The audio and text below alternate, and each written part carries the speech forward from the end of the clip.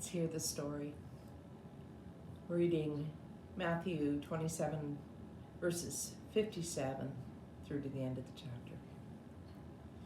Those who had arrested Jesus took him to Caiaphas, the high priest, where the teachers of the law and the elders had assembled. But Peter followed him at a distance, right up to the courtyard of the high priest.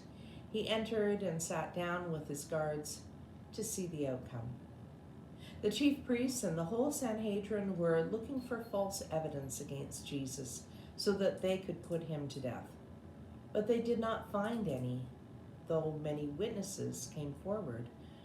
Finally, two came forward and declared, "This fellow said, 'I am able to destroy the temple of God and rebuild it in 3 days.'" Then the high priest stood up and said to Jesus, "Are you not going to answer? What is this testimony that these men are bringing against you?" But Jesus remained silent. The high priest said to him, "I charge you under oath by the living God, tell us if you are the Messiah, the Son of God." "You have said so," Jesus replied. "But I say to all of you, from now on you will see the Son of Man sitting at the right hand of the Mighty One and coming on the clouds of heaven." Then the high priest tore his clothes and said, "He has spoken blasphemy. Why do we need any more witnesses? Look, now you have heard the blasphemy. What do you think?" "He is worthy of death," they answered. Then they spit in his face and struck him with their fists. Others slapped him and said, "Prophesy to us, Messiah. Who hit you?"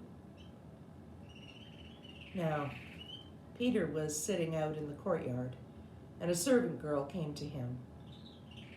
"You also were with Jesus of Galilee," she said. But Peter denied it before them all. "I don't know what you're talking about," he said. Then he went out to the gateway, where another servant girl saw him and said to the people there, "This fellow was with Jesus of Nazareth." And he denied it again with an oath, "I don't know the man." After a little, those sitting there went up to Peter and said, "Surely you're one of them. Your accent gave you away." And he began to call down curses, and he swore to them, "I don't know the man." Immediately, a rooster crowed.